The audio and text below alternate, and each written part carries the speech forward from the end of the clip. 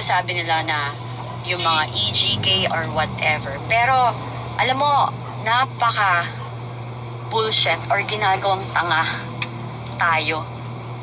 Alam mo yung akala nila,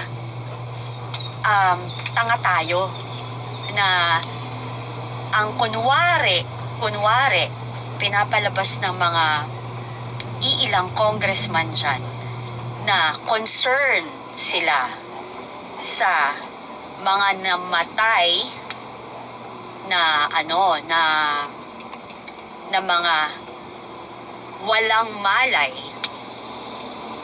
na biktima ng war on drugs. Alam niyo ho ako, sa akin, biktima ko kasi ako ng mga addict.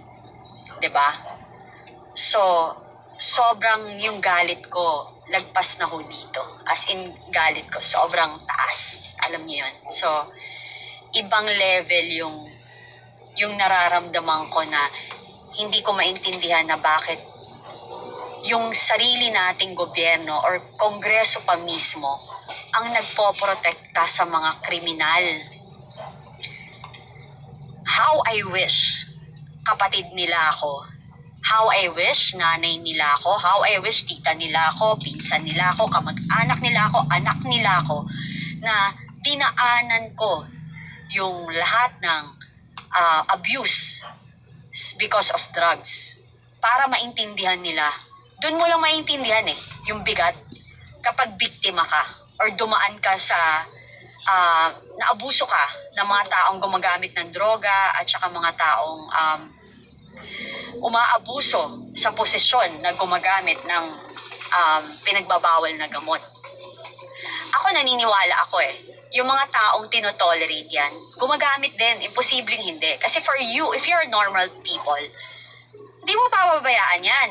Kasi sa akin, black and white lang yan Black and white lang. Yung mali, yung tama, tama. Bakit mo pilit itinatama yung mali? Bakit mas pinakikinggan nyo yung mga kriminal more than dun sa mga biktima? Kasi, hindi kayo yung biktima. Kasi, ang pinapriority nyo is, pera? Totoo naman Diba pera? Even nga yung pogo na yan, di yan mawawala Paano mawawala yan Laki ng pera dyan, diba? Pinalitan nyo lang yung pangalan. Kasi, syempre nga naman, pag nagbago kayo ng pangalan sa pogo, additional application na naman yan ng permit. O, syempre, pag nag-apply kayo ng permit, diba? O, kanya-kanya yan na hanapan ng koneksyon para mapabilis ang pag-aproba ng permit. So, additional kitaan na naman yan sa gobyerno. Lagay-lagay. Maging totoo tayo dito. Kasi, ang problema kasi, ang gagaling nyo dyan na, kunwari, concern. Pero yung concern nyo, yung bulsa nyo. 'Di ba? Alam nyo, ang nakakalungkot pa, is yung mga men in uniform. Kayo, dyan sa kapulisan, tsaka sa military, paglaban nyo yung mga kasamahan nyo. Paglaban yung mga kasamahan nyo. Kasi, maling-maling ginagawa, pinapaya yung mga lumaban sa mga war on drugs, lumaban sa kriminal, ikinulong yung mga kriminal. Tapos pinapalabas nila. Paglaban nyo yung katayuan nyo bilang mga men in uniform kasi binababoy na kayo netong mga tao sa gobyerno. Pinapaya yung mga kasamahan nyo. Payag ba kayo? Payag ba kayong ginaganyan? Niyuyurakan yung pangalan na naman ng kapulisan at ng military. Alam mo yon? Parang na naman yan, 'di ba? Ano na naman yung ginagawa nila.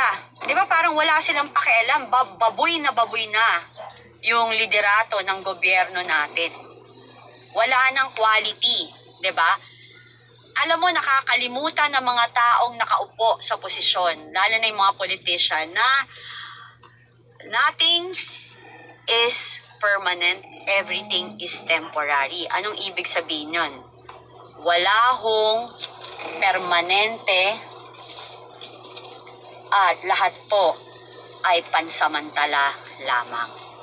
So, ano yan? Ang gusto nyo bang iwan na legacy again and again sa mamayang Pilipino is yung pangalan nyo na mukha kayong pera, mga ganig kayo, swapang kayo, sumusuporta kayo ng kriminal, hindi kayo karapat-dapat na umupo dyan. Yung perang nakuha nyo ngayon, mauubos yan. Temporary, di ba? Nothing is temporary, everything is permanent. Ay, sorry. Nothing is temporary. Everything is permanent.